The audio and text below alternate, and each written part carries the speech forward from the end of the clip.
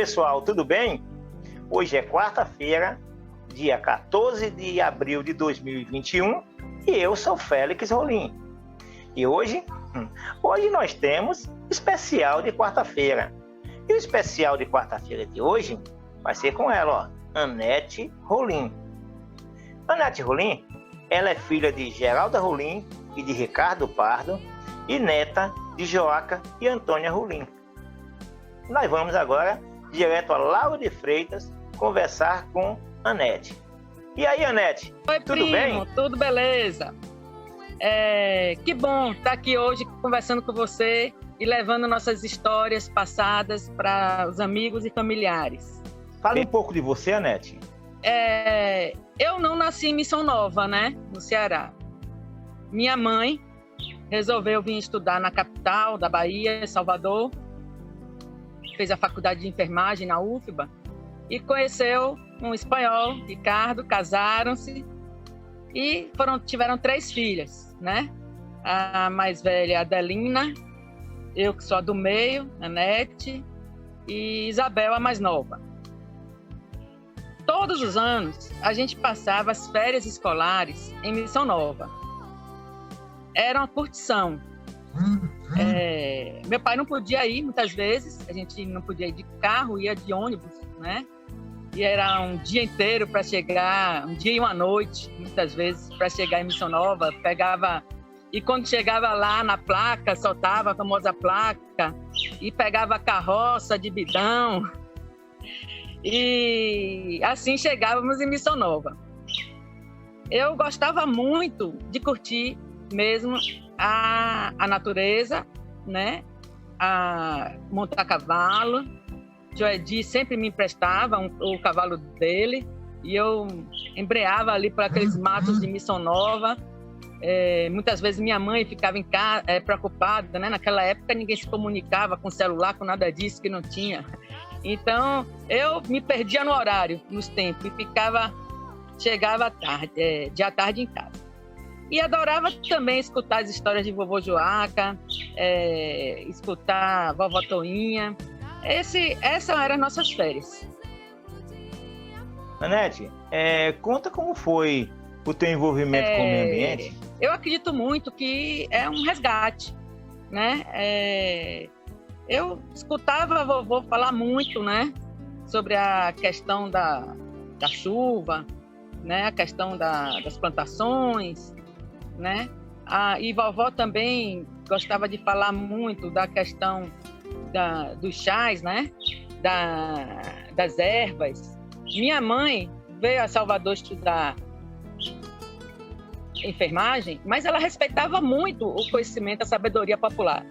E lá em Missão Nova, muitas vezes a gente tinha uma dor de estômago, uma dor de cabeça, era sempre os chás da vovó Toinha, né?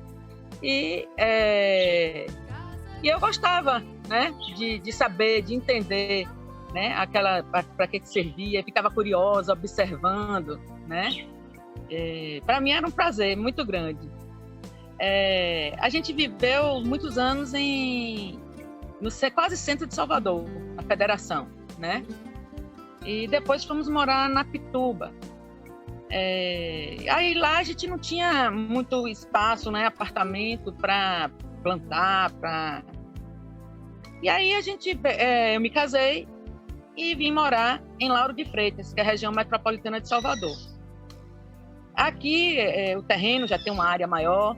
Hoje, inclusive, estou aqui, o lugar que eu mais gosto da minha casa, quando me perguntam, é esse cajueiro aqui. Eu estou sentada no cajueiro, né? Aqui, muitas vezes, eu sento para repor as energias, para pensar, para refletir, para meditar. E escolhi esse lugar para a gente fazer nosso trabalho, nossa entrevista hoje, nosso vídeo, né? E aqui eu tenho, com mais espaço, resolvi resgatar, né, um pouco dessa questão da história da sabedoria popular. E comecei a plantar a minha horta de ervas medicinais e culinárias. É isso, então eu resolvi fazer a minha horta caseira, são em vasos, certo? E hoje eu tenho são 12 plantas medicinais, né? Entre elas duas que eu gostaria de destacar, porque eu tenho certeza que a família toda conhece, que é a erva cidreira e o boldo. A erva cidreira ela é conhecida também como melissa, né? Capim-santo. São três modelos que eu tenho de erva cidreira. Eu tenho até elas aqui, vou mostrar para vocês. Mandei também umas fotos, né, para a Félix colocar. Esse é o capim-santo. E a erva cidreira que a gente conhece mais, que a família conhece mais, é essa aqui, né, que é em forma de arbusto, a erva cidreira. Minha mãe usava muito, todas as noites, e ela sempre dizia que era para tranquilizar, acalmar, usava para dormir bem, né? Ajuda no tratamento de insônia. Ela se parece muito, o outro modelo da erva cidreira que eu tenho aqui, ela se parece muito com a hortelã, né? Se confunde muito até com hortelã. Mas todas as três têm o mesmo princípio ativo, que é e elas foram originárias da Índia, né? Aí eu tenho também o boldo, que é outra que eu tenho certeza que a família toda já ouviu falar. Todo mundo. Porque quando a gente tinha qualquer dor de estômago, né, era o chá de boldo, né? O chá de boldo ele serve para queimação, azia, ressaca. Ele é utilizado muito para ajudar na questão do gastro, né? Da parte gástrica. Agora é muito importante lembrar que a gente vai perdendo com o tempo, a gente vai perdendo os conhecimentos. E eu sou muito curiosa, gosto de pesquisar. Então, é importante lembrar que esses chás eles devem ser preparados da seguinte forma, de infusão, né? Você, primeiro, coloca a água para ferver, depois, aí você, quando a água terminou de ferver, você coloca dentro o boldo. É bom não colocar as folhas não soltas, é bom colocar com caule e tudo, assim, porque senão perde os princípios ativos. E aí, tampa e espera esfriar um pouco, né, para não tomar muito quente. Porque tem que tampar? Porque ele é volúvel, aí senão você vai perder toda essa os óleos, né, essenciais que tem dentro de cada planta. E é eles que vão fazer o efeito que a gente espera. Agora eu gostaria de falar que é muito bom, quando eu comecei a fazer essa minha horta, eu fiz também uma formação fitoterápica, porque de qualquer forma, são medicamentos, a gente precisa ter essa visão. E esses medicamentos, eles têm que ter o cuidado. Então, às vezes criança não pode, recém-nascido não pode, gestante não pode, idoso não pode, a quantidade também que é para ser utilizada. Tudo isso a gente tem que ter esse cuidado, igual um medicamento alopático que a gente toma, porque se tomado em exagero, pode também prejudicar, né? Então, hoje com a internet aí, a gente pesquisa de tudo, o famoso Dr. Google, né? Mas tem que ter também quais são esses sites que a gente deve pesquisar, né? Para não sair utilizando de forma errada as plantas medicinais. Ô, Nete, mostra aí um pouco da tua horta e fala o nome de cada planta. Aqui nós temos o orégano, a babosa, o alecrim, tomilho, boldo, a hortelã, manjericão, capim-santo,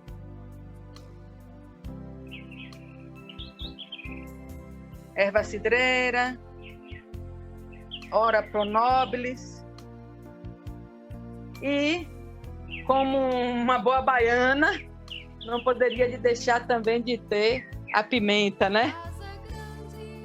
Aqui é a pimenta para a gente utilizar aqui na sexta-feira mesmo. Fizemos um molho aqui bem gostoso. E pronto. Então, eu comecei a fazer minha plantação aqui das plantas medicinais, mas tenho também as minhas frutíferas, né? As frutíferas que é esse cajueiro onde eu estou sentada, eu tenho uma mangueira, tenho uma pitanga, tenho o limoeiro, né?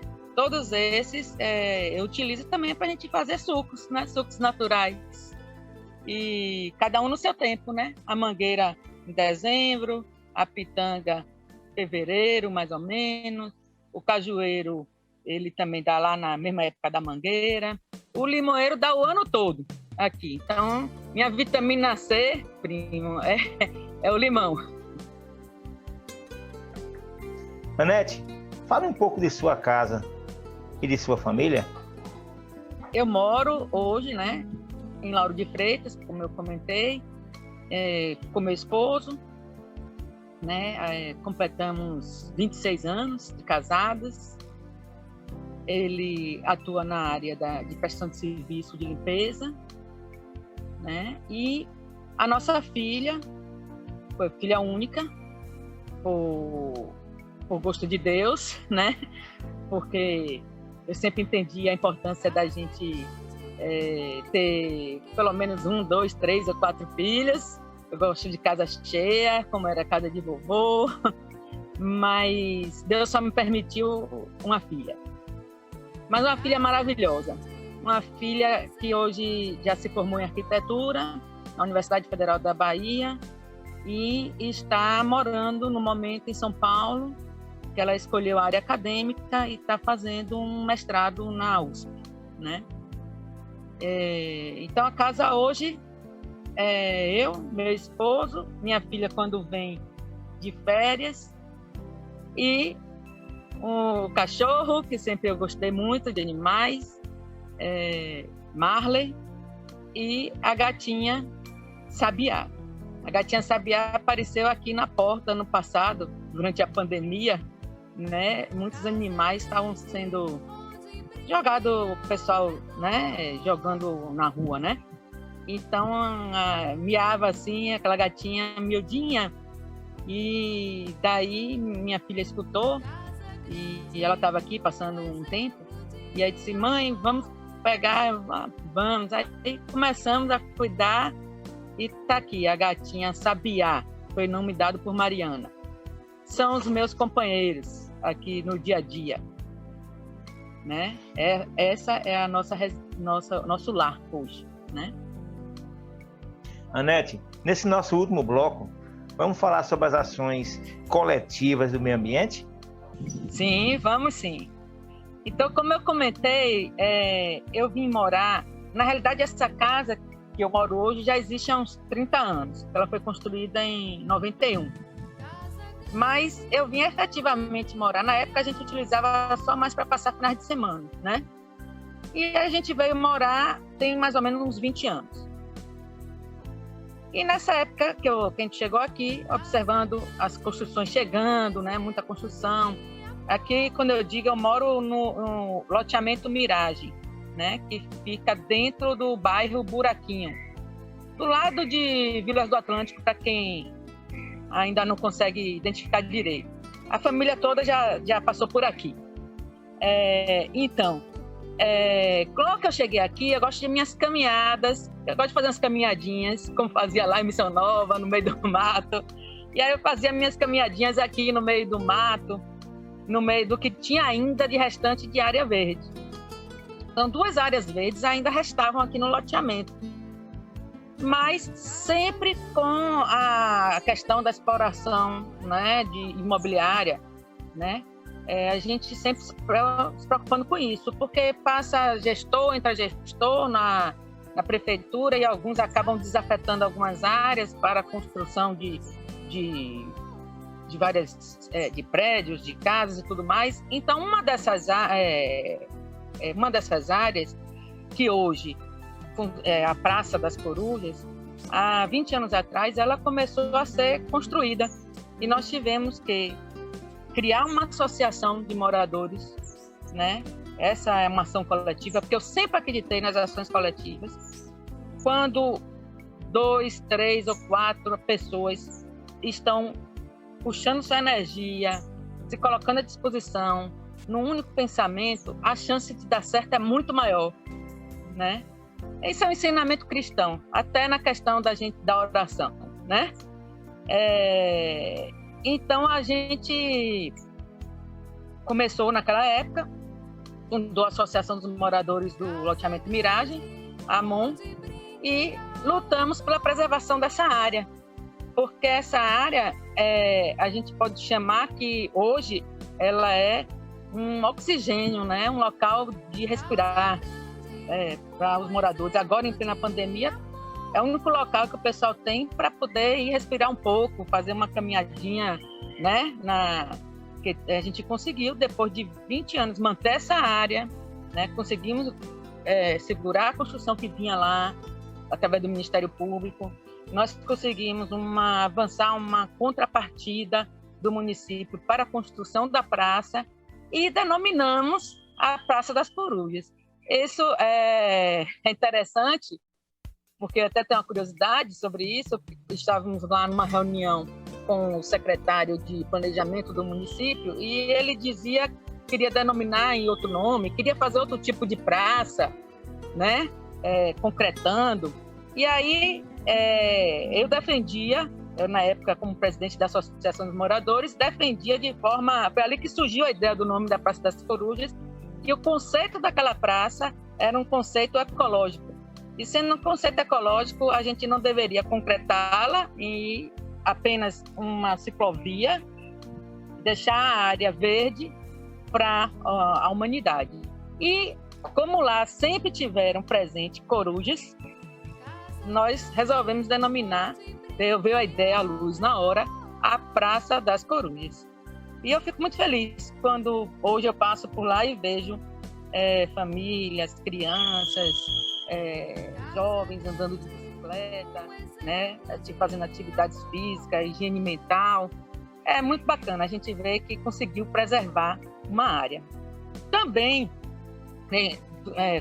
concomitantemente, nós criamos uma caminhada que chama Caminhada Ecológica. A Caminhada Ecológica veio o sentido, essa caminhada começou no 2015, se eu não me engano, 2014, e ela existe todos os anos, ela acontece, sempre próximo a 5 de junho, que é o Dia Internacional do Meio Ambiente, um domingo próximo, um domingo antes ou um domingo depois, pela manhã, a gente junta aqui a comunidade e sai andando porque as pessoas daqui muito acostumadas a andar de carro, de moto, mas a pé é muito pouco, né? Então a gente convida a turma para ir conhecer o que é que ainda nos resta de natureza na nossa região, para olhar para ela de perto e continuar preservando.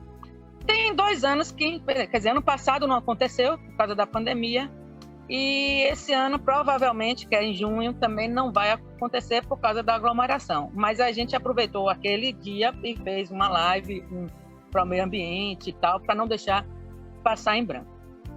E daí também surgiram outras ideias, como a reciclagem, por exemplo.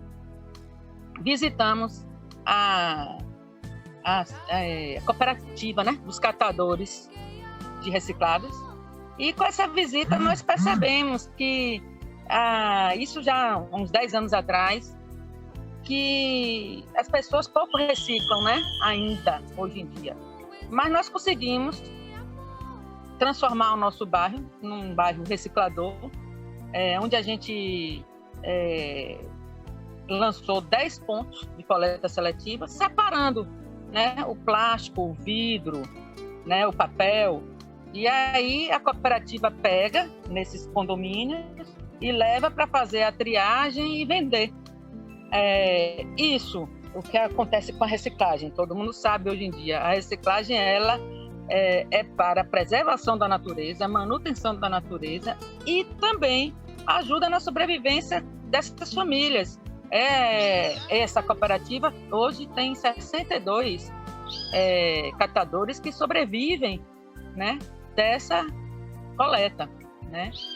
Então, é muito importante a gente crescer com a reciclagem.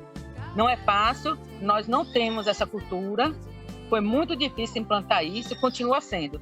Desses 10 pontos, 2 ou 3 não funcionam mais, e aí surge outro com vontade. E aí a gente vai lá e faz a conscientização e conversa com as pessoas para que a coleta possa continuar crescendo.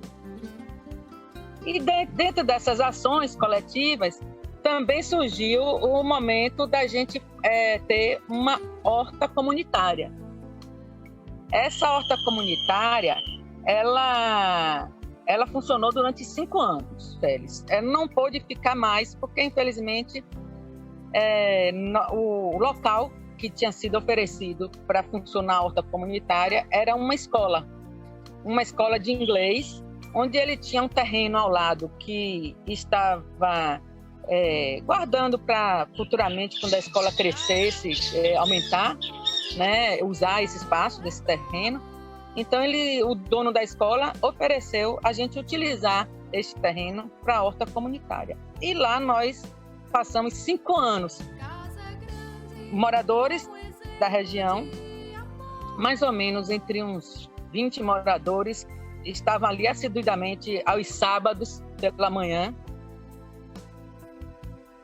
A gente se encontrava. O nome do projeto, a gente deu projeto Mãos na Terra, né? E lá estava a gente para colocar literalmente as mãos na terra e plantar. Não tinha, vamos dizer, maiores regras. A regra básica é: quem planta, colhe. Então, aos sábados a gente ia, plantava e colhia. Durante o final de semana, durante a semana toda, a gente dividia os dias, né, revezava para fazer a irrigação, né, para molhar a horta. A gente tinha um grupo no WhatsApp e aí combinava. Segunda, tal pessoa, terça, tal, quarta, tal, porque a gente sabe que horta é algo que a gente não desenvolve sozinha. Precisa da nossa ação, né? Mas lá nós colhemos de tudo. Milho, melancia, tomate. Olha, era uma maravilha. A gente fazia reuniões também em grupos, escutava ali, tinha muitos recém-aposentados na época que disseram que participar da horta comunitária para eles deram um novo vontade de viver, né? Porque às vezes aposentado fica dentro de casa e aí não tinha, e eram pessoas que às vezes tinham nascido em roça e vieram morar na cidade. Então, funcionava como uma terapia maravilhosa. Nós estamos esperando passar esse momento aí da pandemia para trazer esse projeto de volta em outra localidade. Já estamos até com o local previsto, mas aguardando mais um pouco passar essa questão da pandemia, né? Que a gente ainda precisa... A vacina chegou, né? Vai ser muito importante para todos nós, mas está sendo de forma lenta, então a gente ainda precisa se cuidar muito, se preservar com a questão do uso das máscaras, né? E com a questão da limpeza das mãos e com a aglomeração. Então, querendo ou não, uma horta comunitária, você tem um encontro com mais pessoas, né? Não deixa de ser um evento. Então, a gente está segurando isso para poder trazer de volta a ideia da horta comunitária para a localidade. Nanete, agora nós vamos para as considerações finais. Eu queria deixar essa mensagem, assim, principalmente para que os nossos sobrinhos, né, os mais jovens, né, eu ainda não tenho neto, minha filha não fala, diz que primeiro vai fazer o mestrado, depois o doutorado, eu digo pronto, então eu não vou ser vó tão cedo. Mas assim, tenho muitos sobrinhos, né, que estão escutando esse nosso vídeo agora, que olhem, né, tenham esse olhar pela natureza, né, que resgate a sua história de seus bisavós, né, de vovó Toninha, de vovô Joaca. É uma história muito bonita para a gente continuar, é um legado que foi deixado para a gente. E esse legado do amor pela natureza. A natureza, quando eu falo natureza, não tira o ser humano da natureza. Nós fazemos parte da natureza também. Então, esse amor entre os seres humanos, entre os seres não humanos, que são as plantas, os animais, tudo isso faz parte da natureza. E esse amor que nós aprendemos, né? Da nossa família, recebemos, que a gente dê essa continuidade, né? Por isso que eu insisto muito em falar sobre isso, em colocar isso, para que o recado fique, que a gente fique bem dado, né? O vídeo de hoje foi muito bom e nós aprendemos muita coisa hoje sobre o meio ambiente e sobre Anete. Anete, quero te agradecer pela oportunidade de a gente ter conversado e quero dizer que domingo que vem nós temos Talentos da Família. E olha, o talento da família desse domingo vai ser com Ednúbia Rolim. Não percam, viu? E até lá, um beijo no coração de vocês e no meu também.